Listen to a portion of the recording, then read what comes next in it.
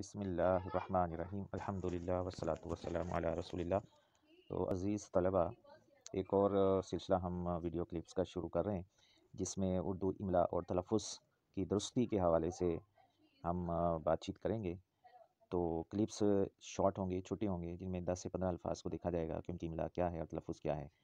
آج کے طلبہ کا املا اور تلفظ کا ہے کہ بچے اپنا جو فارغ وقت ہوتا ہے وہ موبائل پر، سوشل میڈیا پر اور گیمز میں صرف کرتے ہیں، جس کی وجہ سے ہمیں انٹر کی سطح پر بھی مشاہدہ ہوا ہے کہ بچوں کی املا ٹھیک نہیں، تلفظ ٹھیک نہیں۔ تو اس کی بڑی وجہ یہی ہے کہ ان کا مطالعہ بہت کم ہے۔ تو اپنی املا اور تلفظ کو بہتر کرنے کے لیے سب سے پہلے تو مطالعہ زیادہ کرنا پڑے گا۔ کہانیاں پڑھیں، آپ افسانے پڑھیں۔ ہم املا اور تلفظ کے حوالے سے بات کریں گے۔ اب یہ لفظ دیکھیں جی، املا اور املا۔ عربی میں تو املا یہ والا چل جائے گا، حمزہ لگا ہوا، لیکن اردو میں جب آپ املا لکھیں گے تو اس طرح لکھیں گے، اس کے آخر میں حمزہ آپ نے نہیں لگانا، اس کے آخر میں حمزہ آپ نہیں لگائیں گے۔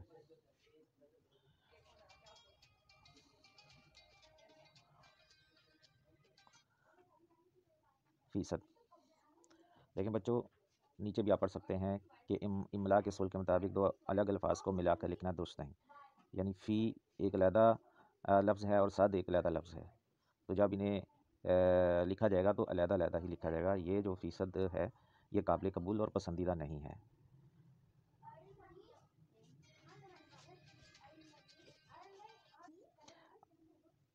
ہاں جی، اسی طرح یہ فرہنگ آصفیہ میں اگر ہم دیکھیں تو مسکراہٹ اور مسکوراہٹ، یہ جو کاف کے اوپر پیش ہے یہ ٹھیک نہیں ہے۔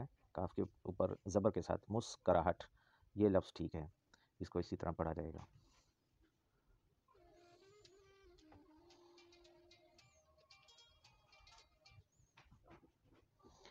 عنصر اور عنصر، تو نام جو رکھا جاتا ہے وہ الف والا عنصر ہے، مددگار، لیکن ہم نے دیکھا ہے کہ اکثر نام جو ہے وہ آئین کے ساتھ بچوں کا عنصر لکھا ہوتا ہے، جو کہ غلط ہے۔ تو جو عنصر جز کے معنوں میں آتے ہیں نا، کہ زندگی کا لازمی عنصر ہے ہوا، تو عنصر جز کے معنوں میں آتا ہے، لیکن جب نام لکھا جائے گا تو عنصر لکھا جائے گا۔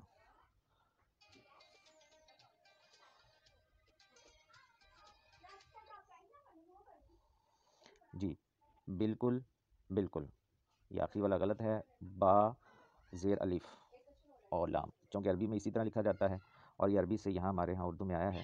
اس میں الف جو ہے وہ ساکن ہے، تو با زیر لام بالالف لکھا جائے گا، کیونکہ ایسے ہی اہل زبان نے اس کو لکھا ہے، ہم بھی ایسے ہی اس کو لکھیں گے۔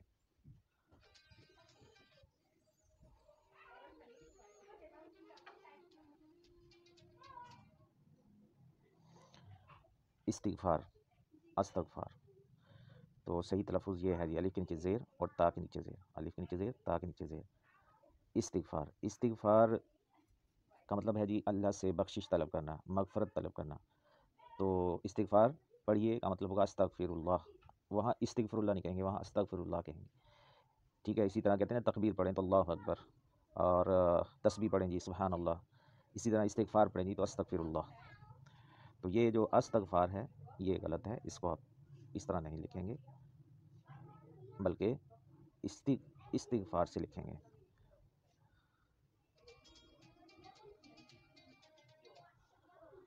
ہاں جی، ایک لفظ ہوتا ہے یادداشت، میموری، میموری میں کوئی چیز ہے تو اسے بعض لوگ یادداشت بولتے ہیں، جو کہ غلط ہے۔ تو یادداشت، داشت مطلب رکھنا فارسی میں، بہرحال اردو میں یادداشت ہماری میموری، اس کے لیے یہ بولا جاتا ہے یاد لہذا لکھا جائے گا، داشت لہذا لکھا جائے گا، تو یہ اس چیز کا خیال رکھنا ہے۔